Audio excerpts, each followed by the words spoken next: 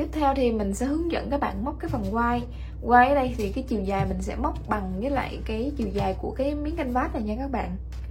Ở đây mình sẽ sử dụng mũi móc giả đan á các bạn. Các bạn dây các bạn chừa cho mình một đoạn đây, nhiều khi mình về sau mình có cần để mình may á. Các bạn gầy cho mình 4 mũi bính nha.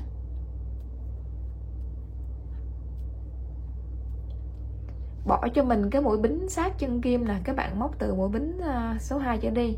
Các bạn kéo lên cho mình một bính như thế này. Các bạn giữ đây nha, các bạn không móc ha. Rồi các bạn lặp lại giống như cái mũi kế tiếp. Như vậy là mình khi móc lên là mình có 3 mũi bính ở phía ngoài với lại một bính nó có sẵn trên kim nha các bạn. Rồi để hoàn thành cái hàng số 1 này thì các bạn sẽ kéo cái sợi này. Cái mũi đầu tiên á, mũi bìa này nè, lúc nào nó cũng chỉ có một mũi thôi, các bạn kéo qua một mũi cho mình. Cái mũi kế tiếp thì các bạn sẽ có một mũi cũ với một mũi mới á, các bạn sẽ kéo qua 2 mũi nha. Rồi mũi số 3 các bạn làm tương tự mũi số 2. Mũi số 4 cũng vậy luôn. Sau khi móc xong thì các bạn sẽ nhìn thấy cho mình là nó có 4 cái miếng dài xuống đây nè. Đó. Thì cái ở ngoài bìa này lúc nào nó cũng đã có sẵn sợi dây rồi, cho nên các bạn không cần phải gầy mũi. Các bạn gầy cho mình từ cái chân số 2 trở đi, các bạn thấy miếng dài, các bạn đưa kim vô, kéo lên cho mình một bính. Ở đây mình gọi mũi bính cho dễ nha. Các bạn lại có 4 mũi ha. Đó, rồi mình lại lặp lại tương tự là mình sẽ kéo về nè.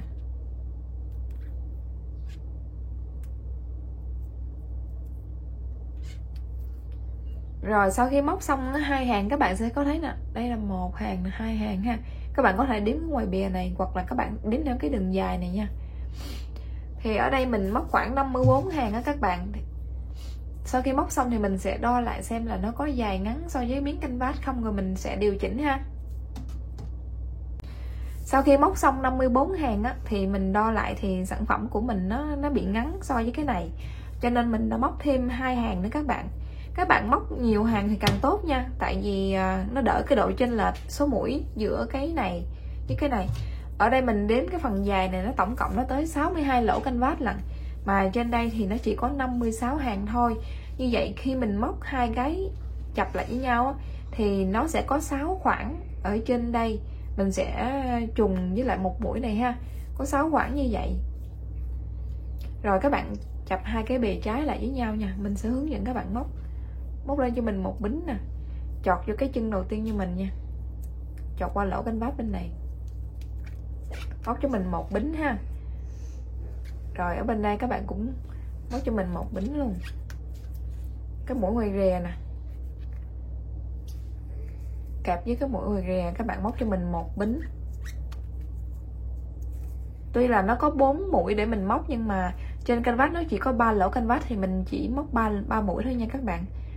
Ở đây ngay cái phần góc này thì mình sẽ móc cho nó một bính ha. Sau đó chỗ tại cái chân đó mình móc thêm một bính, một đơn nữa nha. Rồi tiếp theo thì mình phải chia nè.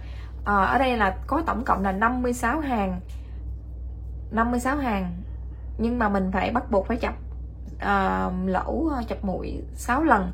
Các bạn lấy 56 mình chia cho 6 thì nó tầm khoảng là 9.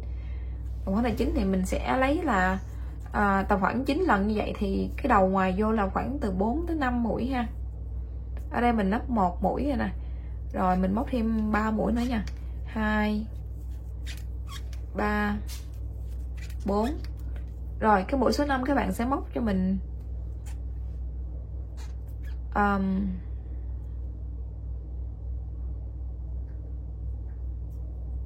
để mình xem lại là cái lúc mình móc bao nhiêu mình cũng quên mất rồi. Rồi mũi số 5 thì các bạn móc bình thường cho mình đi. Xong sau đó các bạn cũng tại cái mũi số 5 của cái hàng trên này nè, các bạn móc với lại cái mũi lỗ số 6 ở dưới canvas nha. Tại vì nếu như mà cái này các bạn lại móc tiếp tương đương với lại một lỗ ở dưới á, thì canvas bên đây nó sẽ bị trống. Nếu móc tương đương thì nó sẽ bị thiếu nha các bạn, cho nên mình bắt buộc mình phải một lỗ một mũi này, nhưng mà mình phải móc qua 2 lỗ canvas như thế này. Đó. Ở trên đây thì nhìn giống như là mình đang thêm mũi, nhưng mà ở phía dưới này thì nó không có thêm, nó vừa đủ ha.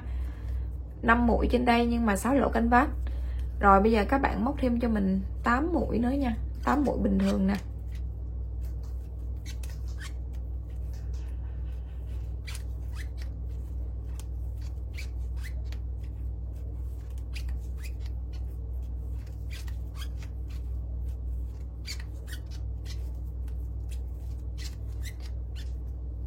Rồi tại cái mũi số 9 này các bạn cũng móc lên mũi số 9 này, các bạn móc lên một đơn bình thường, xong cái chân này các bạn móc qua cái chân số 10 cho mình.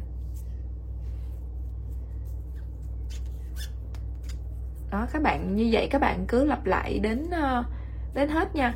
Nói chung cái này là do mình chia xong rồi mình phân ra đó các bạn, nhiều khi mình chia như vậy không có chính xác, mình phải móc đến cuối mình mới biết là cái cái cách mình chia nó có đều nhau hay không ha. Rồi ở đây mình đến cuối nè, nếu như mình móc ở hàng số 9 á, thì một lát mình có dư ở đây 6 mũi thì mình sẽ chuyển qua móc ở số 10 nha. Cái này là tại vì mình muốn cho hai cái đầu nó gần gần tương đương với nhau á, cho nên mình mới làm như vậy thôi, chứ thực tế thì các bạn móc sao cũng được ha.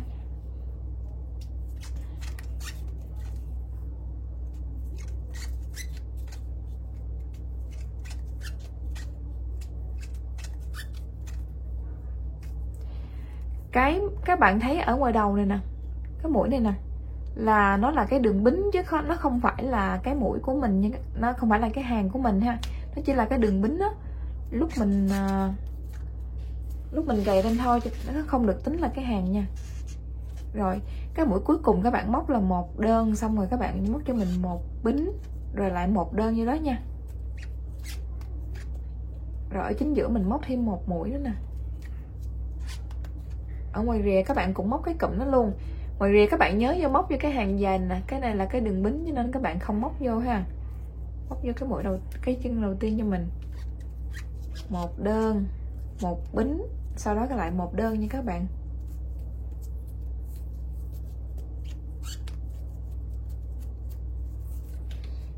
Rồi bây giờ thì cách móc tương tự như bên đây thôi. Cái khoảng cách thì mình đã hướng dẫn các bạn rồi đó, lặp lại như vậy nha.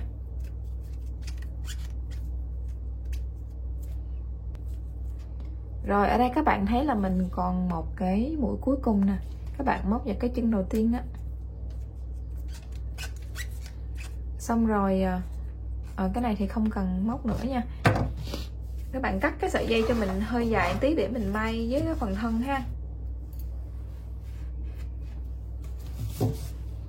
Như vậy là cái phần dây này lúc mình chừa thì nó cũng hiệu quả ha. Để một lát nữa mình sẽ may với phần thân.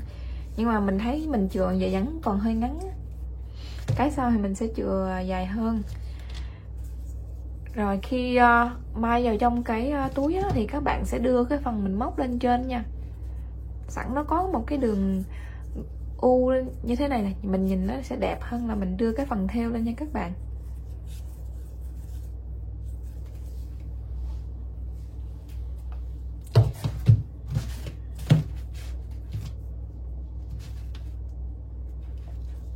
Cái này mình nghĩ là nên móc xong hai cái quai xong rồi mình mới may một lượt nha, để đo hai bên cho nó cân bằng với nhau. Tiếp theo mình sẽ hướng dẫn các bạn may cái quai vô túi ha. Đầu tiên thì mình sẽ xỏ cái sợi này nè về cái mũi đầu tiên, cái chân đầu tiên á. Rồi các bạn xỏ ngược về đây làm cái mũi bính giả cho mình ha, cái mũi đơn giả ha.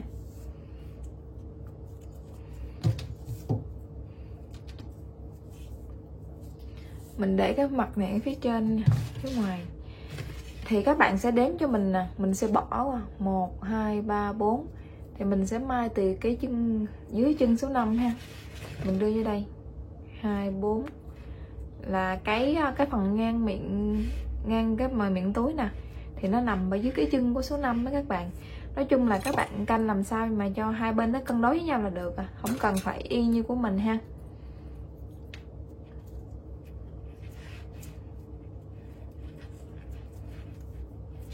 Bên đây mình cũng cố định mình kẹp sẵn luôn nha. 2, 4. Đó, các bạn canh nó trong chân cái chỗ của phần nhô lên phần cao nhất chỗ này nè.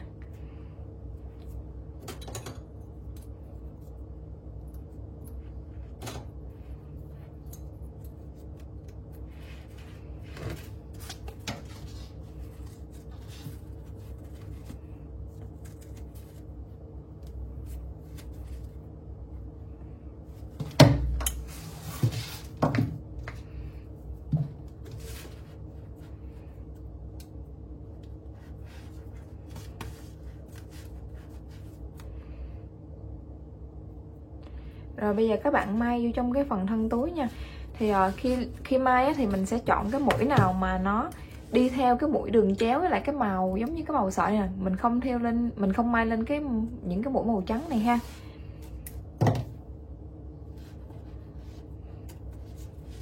Ví dụ như cái mũi này của mình ở đây thì mình sẽ chọn, một là mình đi xuống theo cái đường chéo dưới đây, hoặc là hai là mình đi lên theo cái đường chéo phía trên. Mình không có đi ngang qua hết các bạn. Giống như mình cũng sẽ giống như là theo chữ thập vậy đó, nhưng mà mình né những cái mũi màu trắng kem ra.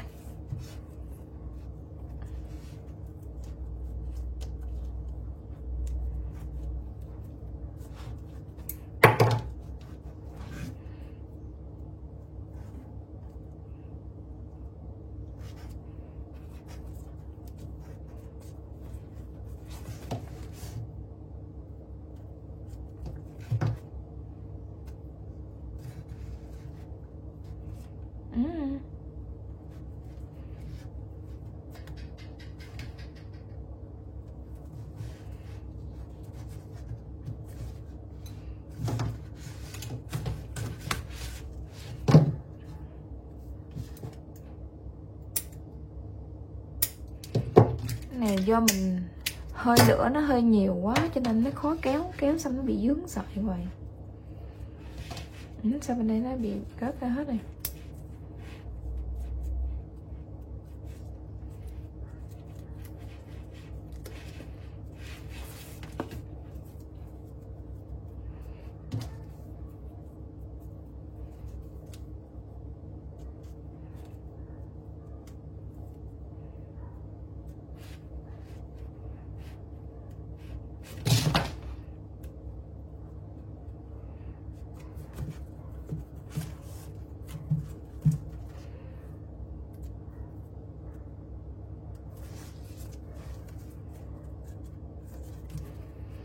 Rồi khi mình may đến khi nào mà mình cảm thấy nó chắc chắn rồi thì mình sẽ mối chỉ nha các bạn.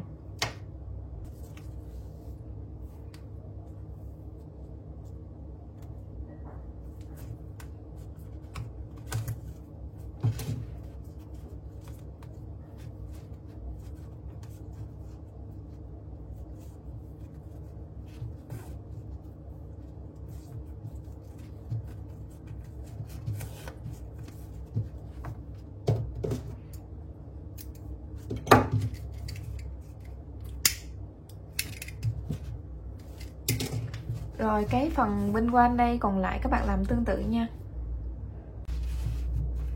Sau khi may qua xong thì mình sẽ may dãy lót nha các bạn.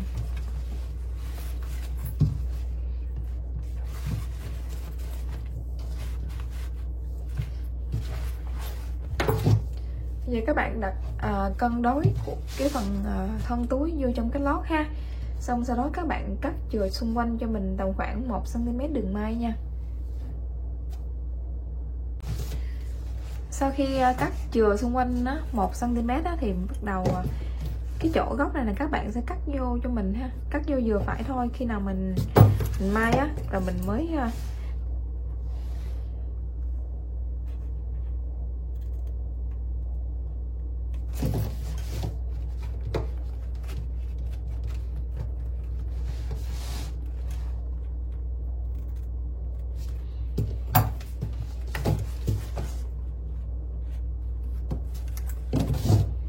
Rồi bây giờ mình gấp tất cả các góc lại nha các bạn. Mình quên dặn đó, ở trên này là các bạn cũng cắt cho mình vừa đúng mí này thôi ha. Cắt như thế này nè, tại vì những đường cong mình cần phải cắt, nếu không thì lúc mình gấp lại thì nó sẽ không có mượt ha, thì nó sẽ có điều chỉnh lại, cho nên các bạn tự điều chỉnh ha. Cái phần này gấp hết xong rồi mình sẽ hướng dẫn các bạn may. Ở đây mình cắt là nó chưa có đủ độ sâu nè các bạn thấy là mình không có gấp lại được á. Khi mình gấp thì mình gấp phải nó phía trong của cái phần sợi ha, mà ở đây mình gấp vô là nó còn dướng, nó còn căng á, cho nên mình sẽ cắt thêm nha.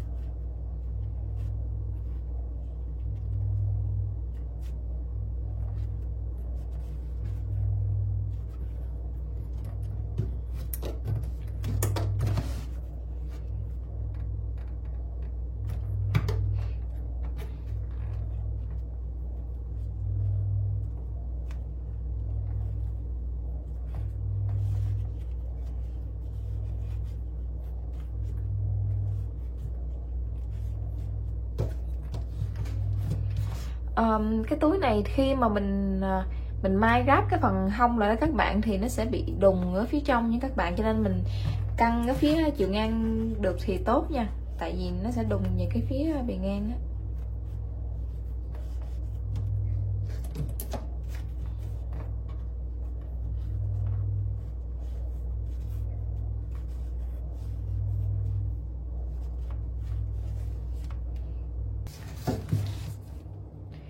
Cái phần này các bạn gấp vô không có cần phải cho nó đẹp gì, tại vì một lát nữa mình sẽ may với lại cái miếng nẹp ở trên phần thân á, cho nên mình chỉ gấp vô như vậy thôi ha, rồi mình may lên dính lên cái quai nè.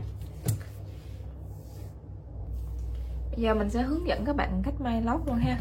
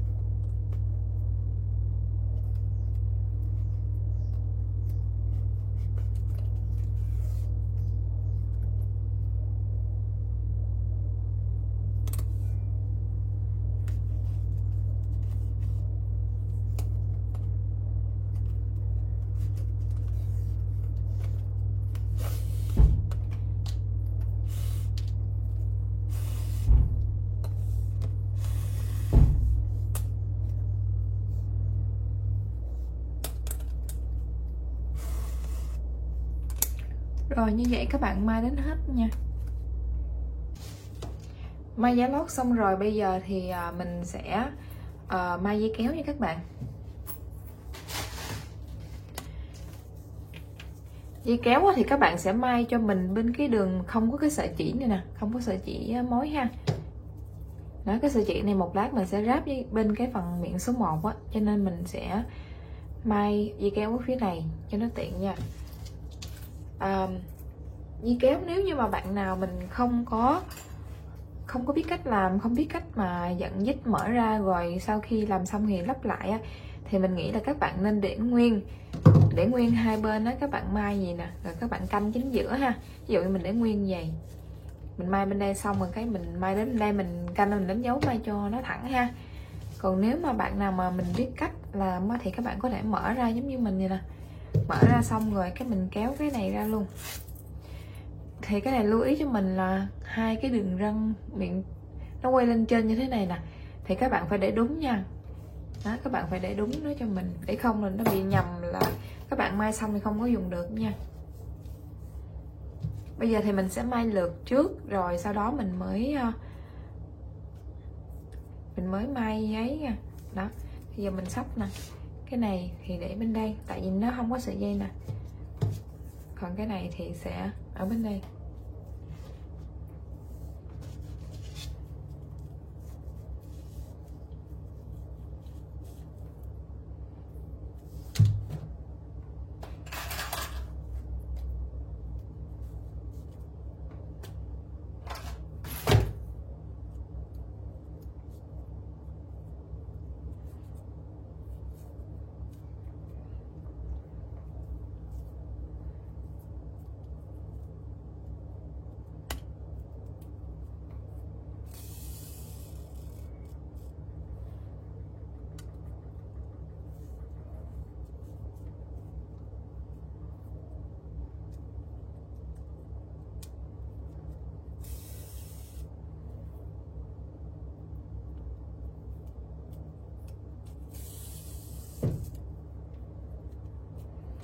Các bạn bẻ cong cái sợi dây này gấp nó giống như là một góc 90 độ gì đó ha. Đó, để cho nó đưa ra ngoài như thế này xíu, để mình may lên đến cái nút trên đầu đó, mình mới bẻ cong nó được nha.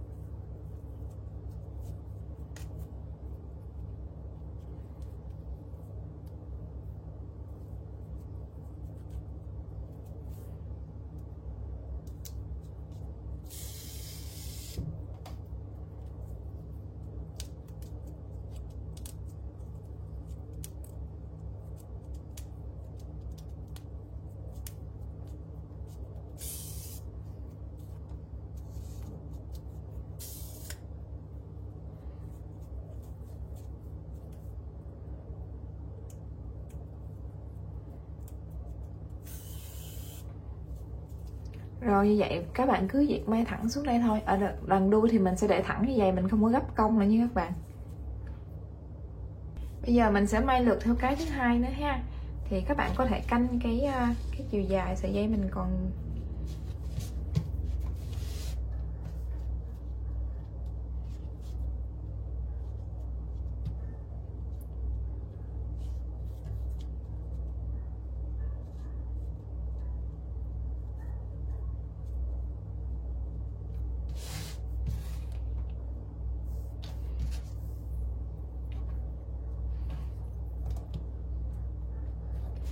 Cái phần canh này chỉ là phụ thôi nha các bạn, tại vì nếu như mà mình may á, mà lỡ không có bằng nhau á, thì mình vẫn có cách để mình chỉnh trên cái dây kéo á, chứ mình không cần phải may lại, mở ra may lại giống như là mình để nguyên mình may đâu ha. Cho nên các bạn khi mà mình lỡ mình hai cái nó có lệch một hai mắt á, thì mình cũng có thể cắt bỏ bớt dây kéo á, bên nào dài thì mình cắt bớt thôi. Rồi tương tự cái cách may giống như bên kia vậy đó, mình cũng sẽ bẻ gập ở phía bên góc này ha. Các bạn nhớ là cái đường răng cưa của mình nè, nó hướng lên nha. Bên đây sau khi may xong nó cũng là cái đường hướng lên như vậy, sau khi làm xong mình ráp vô mới được ha. Tiếp theo các bạn dùng chỉ cước để may này ha. Đối với cái mẫu này nó nhỏ quá cho nên mình sẽ không có may với lại cái lót nha các bạn. Mình sẽ dùng chỉ cước trong để mình may nè, tại vì nó quá là nhỏ luôn á. Nếu mà bạn nào muốn may dây kéo á, muốn may giải vô thì các bạn cũng có thể may luôn nha. Mấy mẫu clip trước thì mình có hướng dẫn là may kèm cộng thêm dây kéo. Nếu mà bạn nào mà chưa xem á, thì các bạn cũng có thể tham khảo những cái mẫu túi khác ha. Mẫu túi nào mà có dùng dây kéo là mình đều có may lót trên cái miệng này.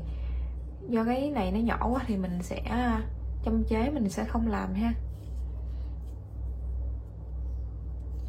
Rồi đối với cái đường này thì mình sẽ may đây, mình may theo những cái mũi đơn ở trên này nha, mình sẽ không có may theo cái đường mình vừa may lượt.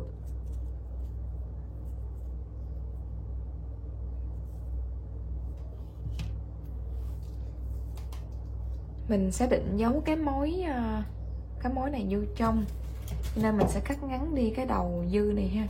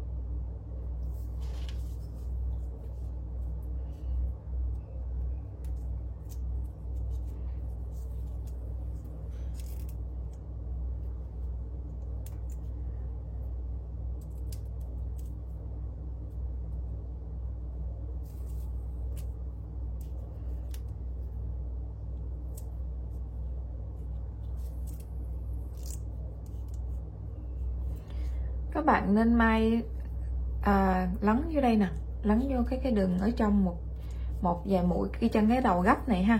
Tại nếu mình không may thì khi mình cắt chỉ lược thì nó sẽ bị bung hở ở chỗ này, cho nên mình sẽ may lấn lên cái phần đầu một xíu.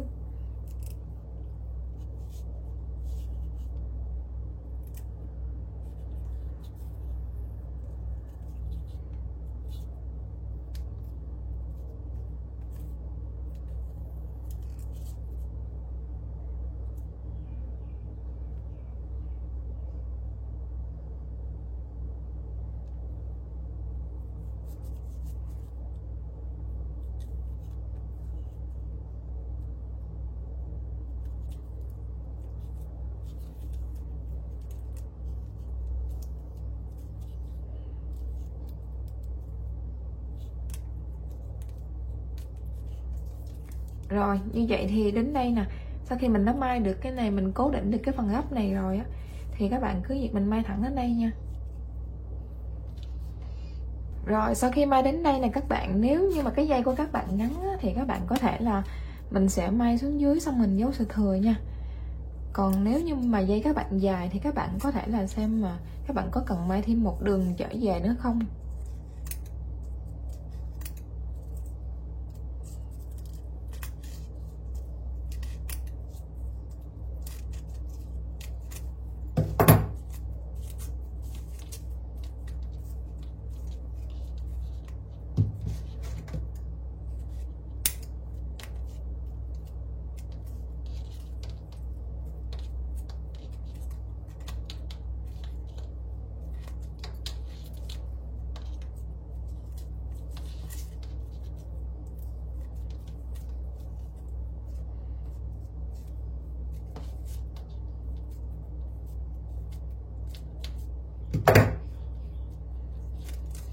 Sau khi cắt cái chỉ lược ra thì mình thấy là cái sản phẩm mình vẫn không bị bung cái nếp gấp này ha, thì đó là mình đã thành công rồi đó.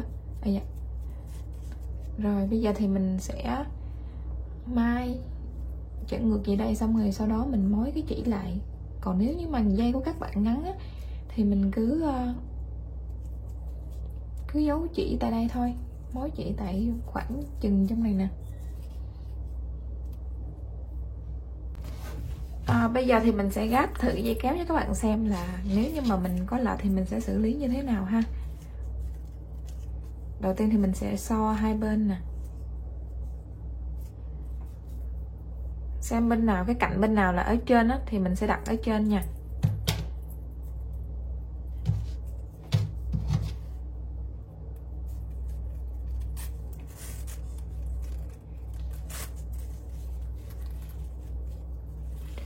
Kéo vô các bạn thấy hai bên nó có lệch không? Nếu như mà nó có lệch đó thì mình sẽ chỉnh sửa nha. Ví dụ như bên đây nó thấp thì mình sẽ đưa cái mắt này lên trên. Còn nếu nó bằng thì thôi, mình không cần phải cắt cái này ha. Cái này là đợi khi nào mình gáp xong với cái miếng này nè, rồi mình mới gáp vô nha các bạn. Còn nếu mà các bạn nào mà đã giữ nguyên nãy giờ á, thì các bạn thì không có cái bước này ha.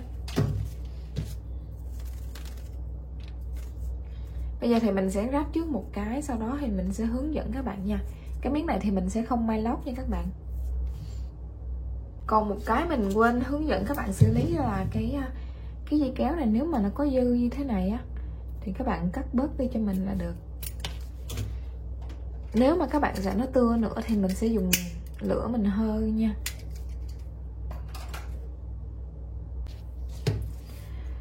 Cái phần ở đây của mình thì nó sẽ có tổng cộng là 30 mũi nha các bạn. Mình sẽ tính từ cái mũi mà mình móc mũi bính nè, chạy dài qua bên đây cũng móc mũi bính luôn á, là tổng cộng là 30 mũi nha. Rồi, còn bên cái miếng này thì các bạn sẽ đếm từ ngoài vào, các bạn bỏ cho mình 6 mũi, cũng đếm từ cái góc này nè, cái mũi ở giữa là 1 mũi ha, 2, 4, 6, các bạn bỏ cho mình 6 mũi. Ở đây cũng vậy. Nếu mà tính từ cái lỗ canvas thì nó nằm ngay trên cái lỗ canvas số 6 nha các bạn. Thì nói chung là mình sẽ ráp hai cái số mũi hai bên nó bằng nhau và nó phải cân đối á.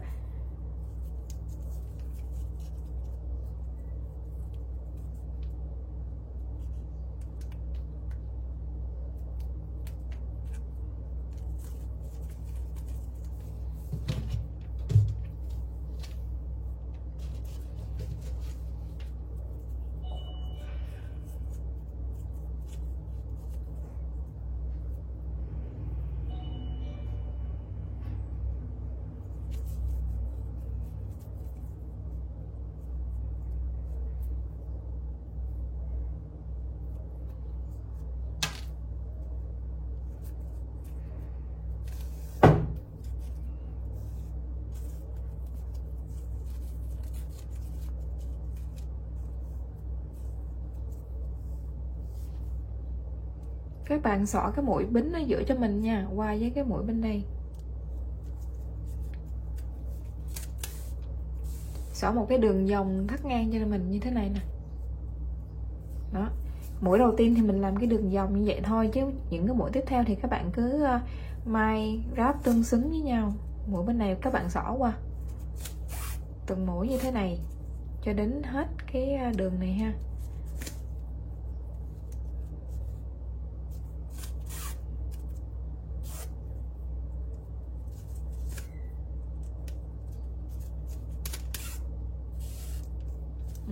Tương tự như vậy các bạn lặp lại đến đây nha.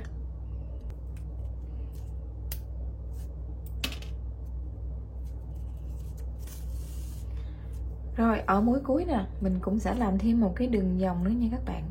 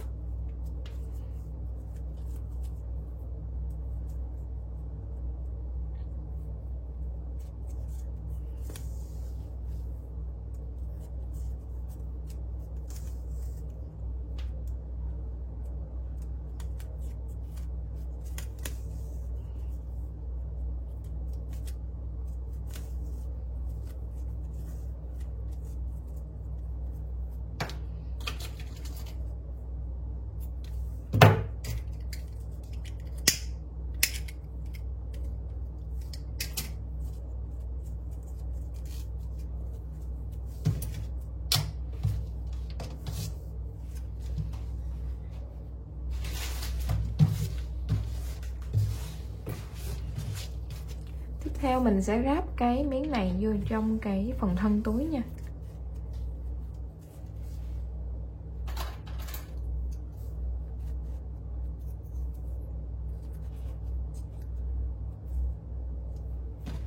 Cái này thì các bạn đánh dấu cho mình hai cái bên này nè cho nó cân xứng với nhau trước. Mình dùng đánh dấu nha các bạn. Sau đó đến cái phần giữa nha, rồi đến phần bìa ha các bạn. Cái này mình không có đếm mũi được, do khi móc á, là nó không có chuẩn cái số mũi, cho nên là mình chỉ đánh dấu những cái khớp này nè, những cái chỗ này nè, với cái phần ở giữa là mình muốn cho nó khớp với nhau á, thì mình đánh dấu thôi. Còn mấy phần kia thì mình sẽ khâu đến khi nào bên nào dư mũi thì mình sẽ bỏ qua nha. Rồi sau khi đánh dấu các điểm xong thì bây giờ mình sẽ may nha.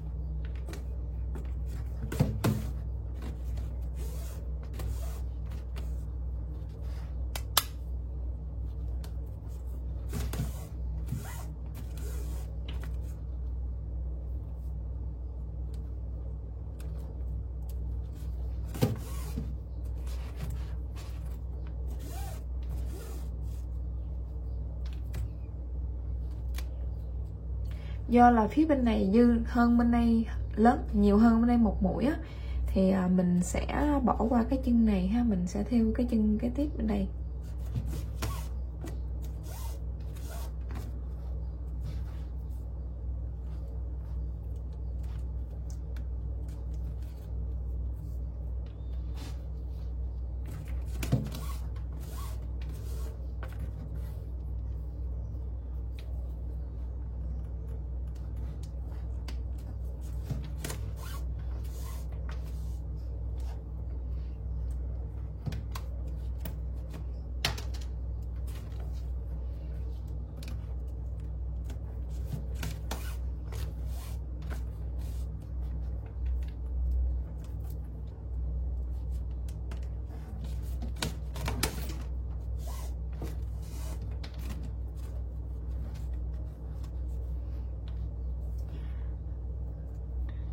Tiếp theo chỗ này thì nếu mà chỗ này nó dướng rồi thì mình sẽ không có theo kiểu mũi xoắn ốc như thế này nữa, mà mình sẽ may theo cái kiểu mũi đâm ngang nha các bạn, nghĩa là đâm xuyên qua 3 lớp luôn.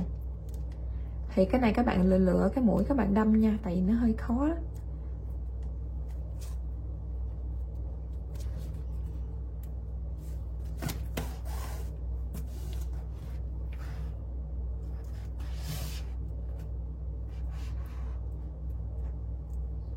Các bạn nhớ là số mũi mình ráp nó cho nó khớp với nhau. Nhiều khi bên đây nè, mình xem là mình đâm số có sai lỗ không nha.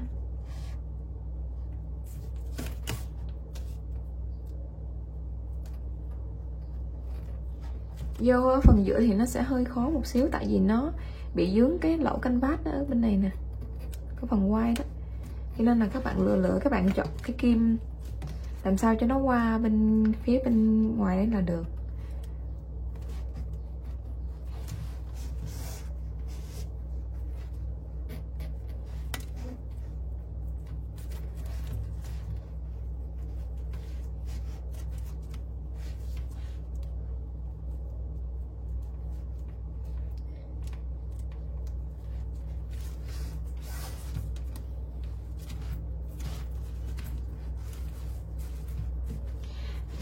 Nó bị dướng cái phần sợi bên này này các bạn, cho nên nó không có qua được cái lỗ này, do cái kim mình nó đâm trong cái phần sợi thật bên cái phần móc này nè, cho nên mình kéo cái kim không được.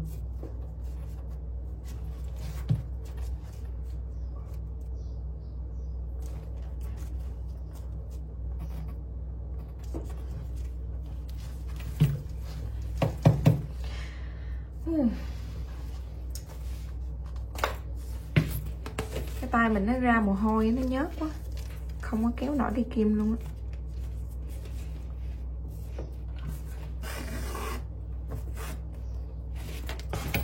Rồi tương tự như vậy các bạn may qua đến bên này nha.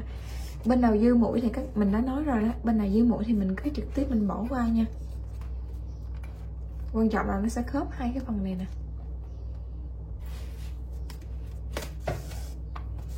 Rồi khi mình ra ngoài đây rồi thì mình lại tiếp tục may theo kiểu mũi xoắn ốc đó nha các bạn.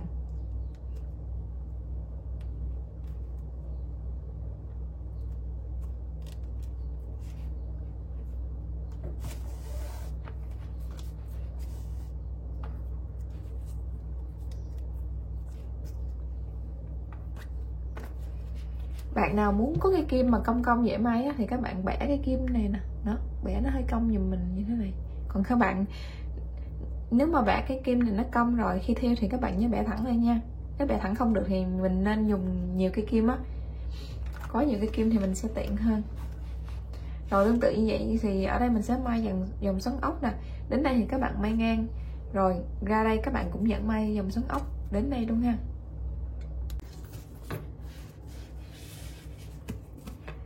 Rồi cái phần này mình đã may xong đến đây này các bạn, mình ráp xong rồi ha.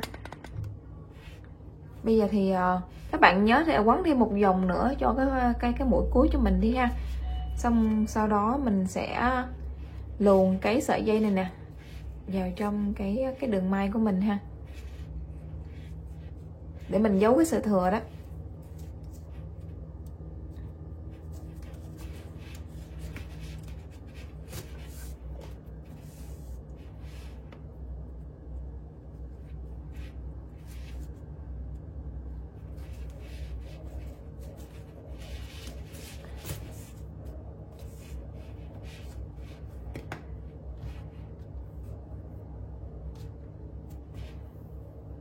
Nếu mà mình luồn được về ở phía ở trong cái này thì được thì càng tốt nha.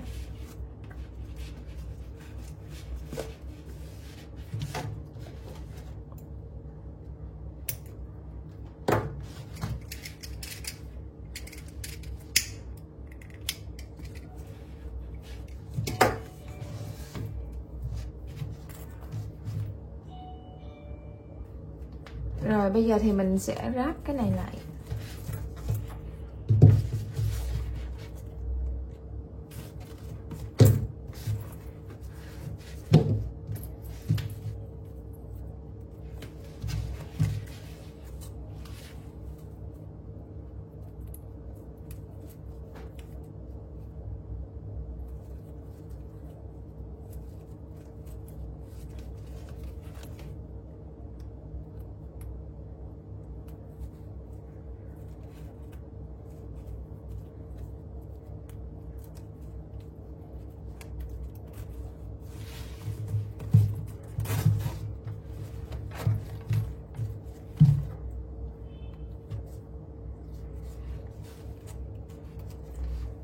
Sau khi gắp vô mình kiểm tra lại một lần nữa, nếu như mà thấy lệch đó thì mình cảm giác cái này bên đây nó hơi nhô ra thì mình sẽ làm thử một lần nữa.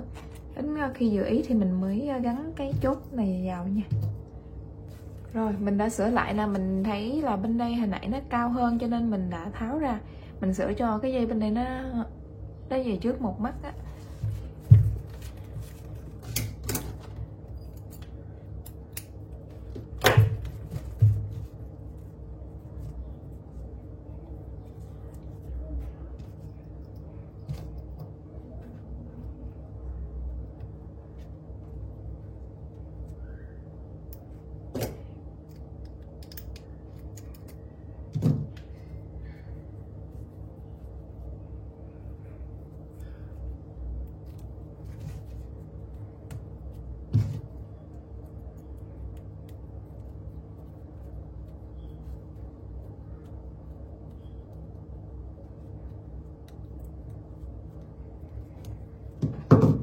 Xong rồi ha các bạn.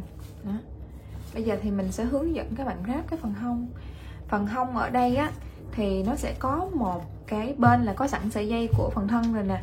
Còn bên này thì một lát á thì các bạn sẽ dùng một cái sợi dây mới để mình hướng dẫn các bạn luôn. Mình sợ các bạn không có tưởng tượng được cách làm ha.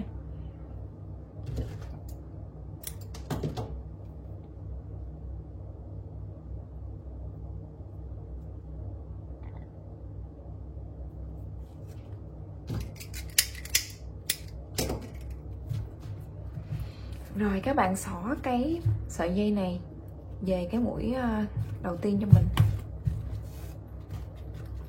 Tiếp theo thì mình quên ha, bây giờ mình sẽ đánh dấu trước nha các bạn. Các bạn đánh dấu cho mình cái mũi ở giữa trước ha. Cái mũi nào mà móc vô cái chân ở giữa này nè thì các bạn đánh dấu cho mình. Là cái mũi này á, nó sẽ là cái mũi để ráp giữa 3 mũi đơn cùng chân của hai cái mũi này nè, là có một mũi giữa đó, ráp đây. Còn 6 mũi ở trong nè, 2, 4, 6 thì các bạn ráp với 6 mũi phía bên này. Nói 6 mũi nhiều khi nó nhỏ quá, đến lúc gấp lại thì nhiều khi mình ráp được chỉ có 5 mũi thôi. Thì ráp được bao nhiêu thì ráp nha các bạn. Bây giờ thì mình sẽ đánh dấu từng đoạn lại với nhau, tại vì cái số mũi trên cái phần này nó bằng nhau á, cho nên mình sẽ đánh dấu trước nha. Rồi sau khi đánh dấu những cái đoạn này bằng nhau á, để khi mình ráp với các bạn mình sẽ dễ bị sai, hạn chế bị sai nha.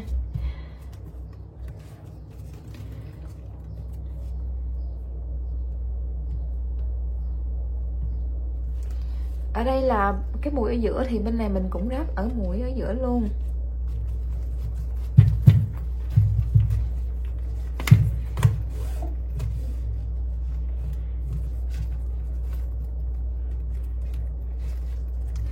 Rồi các bạn ráp cho mình cái mũi xoắn ốc nha. Tại vì cái mũi ráp này nó làm cho cái túi mình nhìn nó liền mạch hơn đó các bạn. Nói chung là tùy theo các bạn, nếu như mà các bạn không thích cái mũi xoắn ốc thì các bạn có thể ráp theo cái mũi ngang á.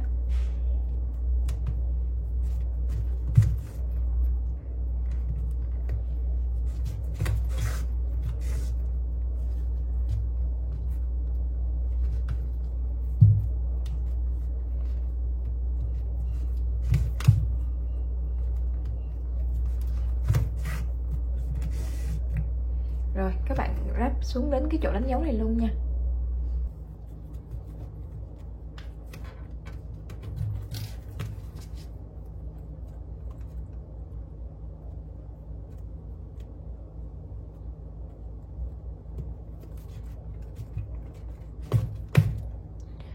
Các bạn làm thêm một vòng cho cái mũi cuối ở đây nha. Cái chỗ này nè, cái chỗ mình ráp đây nè, các bạn sẽ may với lại cái mũi đánh dấu đỏ ha. Trời ơi,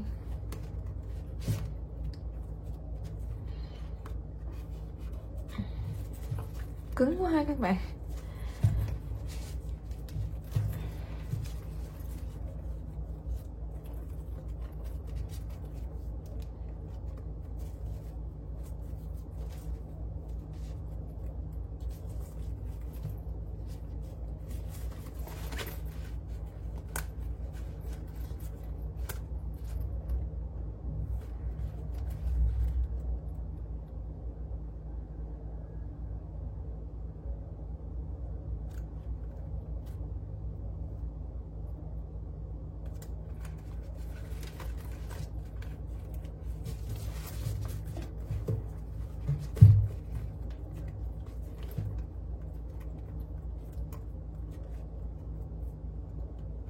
Mình sẽ may cái mũi màu đỏ này đánh dấu với lại cái mũi ở bên phía bên trái của mình nè, cái mũi mình đang may nè.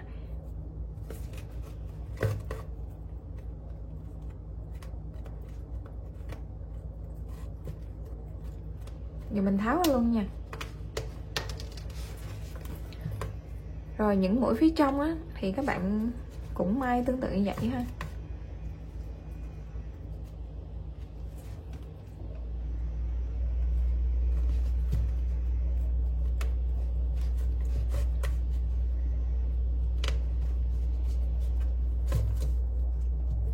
Cái sợi dây này mình chừa, mình cảm thấy nó hơi ngắn á các bạn. Rồi cái mũi phía này chắc mình chỉ may được một mũi này, mình cố lắm thì được một mũi này nữa. Còn cái mũi, hai cái mũi sát đây thì nó quá sát nhau rồi, không may được thì các bạn bỏ qua luôn đi ha.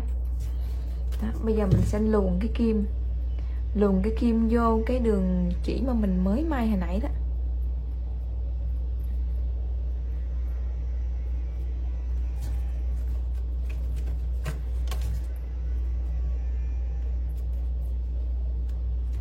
luồn vô. Rồi bây giờ mình sẽ may cái mũi mà mình may hồi nãy ở trên này nè, đó cái chân đó, chân cũ ha, cái chân cũ đó mình may xuống cái mũi màu đỏ hồi nãy mình đánh dấu nè.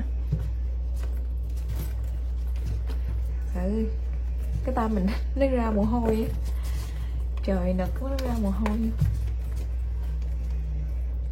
Rồi bên đây mình may thêm được khoảng 5 mũi.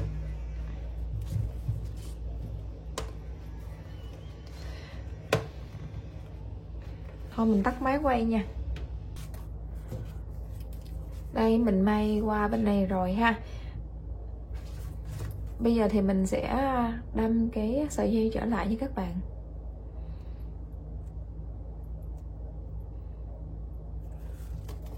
Mình có thể làm thêm một mũi nữa đi cho nó chắc đi, thêm một mũi cuối.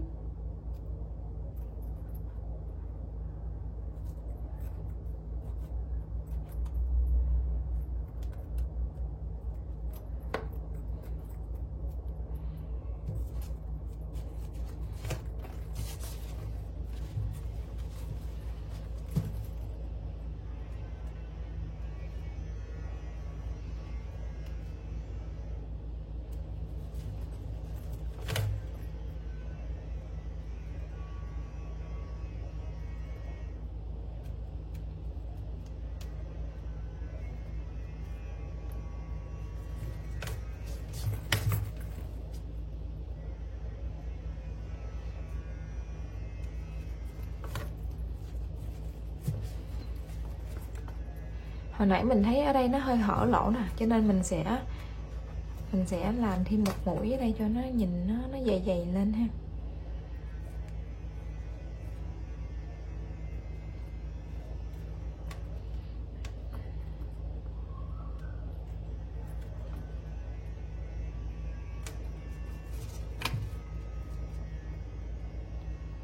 Rồi bây giờ mình luồn thẳng qua đây, mình giấu sợi thừa luôn nha.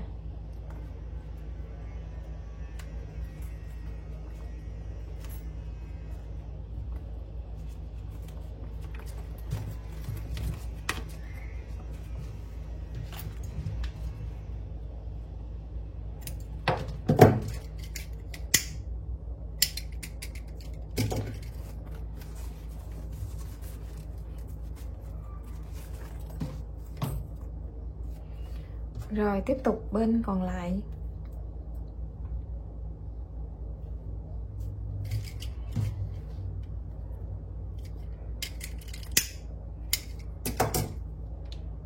Tay dính gì?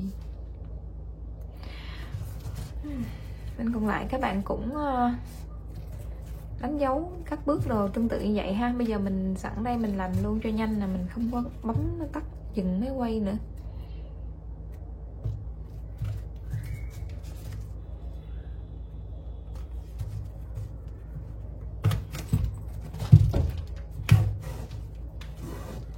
Dây này hơi dài.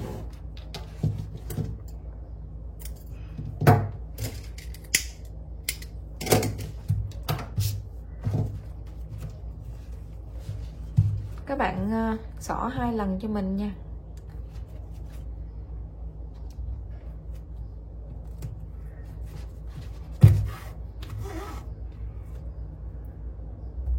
Cái sợi dây ngắn này các bạn sẽ chừa một đoạn ngắn cho mình để mình vừa ráp á, cái mình vừa đẩy đặt xuống như thế này nè, mình vừa ráp mình vừa giấu cái sợi thừa luôn nha các bạn. Các bạn thấy là cái sợi dây này mình sẽ cho nó nằm thẳng đây ha.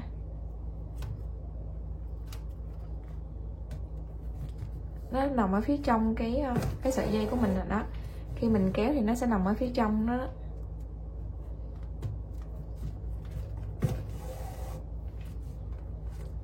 Đó, vừa ráp vừa giấu sợi thừa này luôn.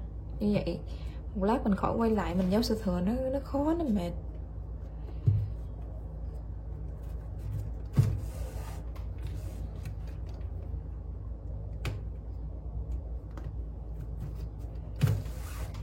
Rồi ha, tương tự như bên kia thôi.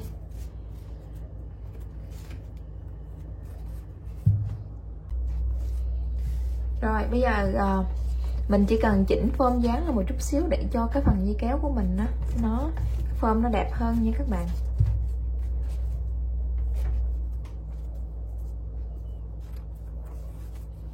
Cảm ơn các bạn đã xem và theo dõi video của mình. Hẹn gặp lại các bạn trong những video sau.